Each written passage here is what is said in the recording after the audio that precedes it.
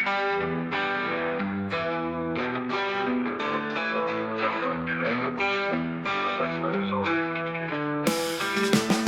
uşak olanda giderdim kendimize. Orada oldum peşinin üstünde şabalık bir şeylerdi. Elimi hissedip hayala dalardım. Ederkan elinde o hayallar tanışır. O hayallar tanışır. Ben o ortalıkta duman kalkar dardan, hava buz kimi. Anam səsləyərdi soyuq vermə özünü. Əlində şaballık, içimdə istilik. O sada anlar indi mənim kimliyim. O vaxt qaranlıqda qorxutmurdu məni.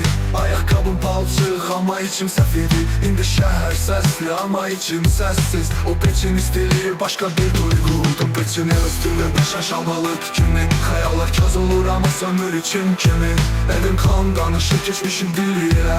Kendin havası uşaqlığın iziyle. Ben uşaq olanda giderdim kendimize. Olda oldum peçinin üstünde şabalık bir şeylerdi. Elimi hissedip hayala dalardım. Eden klaniminde o hayallar danışır. Eden o hayallar danışır.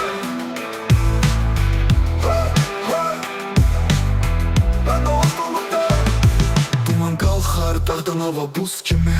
Anam səsləyərdi soyuq vermə özünü. Əlimdə şaballık, içimdə istilik. O sada anlar indi mənim kimliyim. O vaxt qaranlıqda qorxutmurdu məni.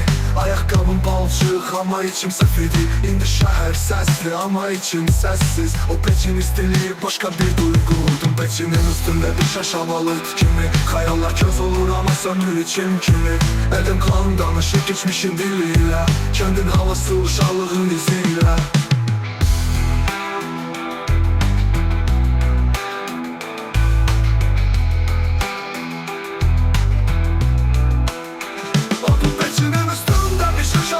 Kimi?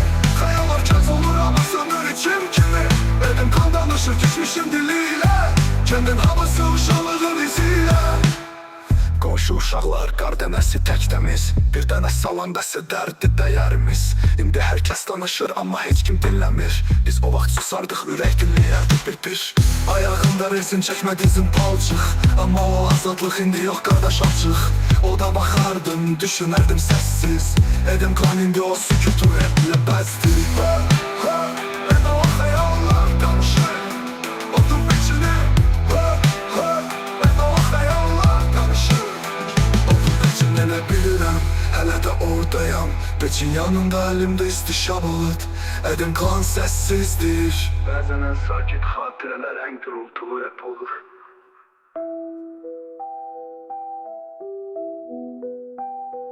Odun peçini. Eda o xəyallar danışır.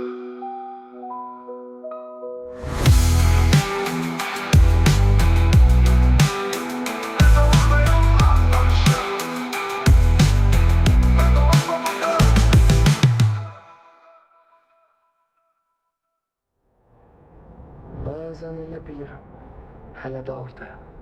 Peçin yanında, əlimdə isti şabalık. Edim kalan səssiz deyir. Bəzən ən sakit xatirələr ən gürültülü rap olur.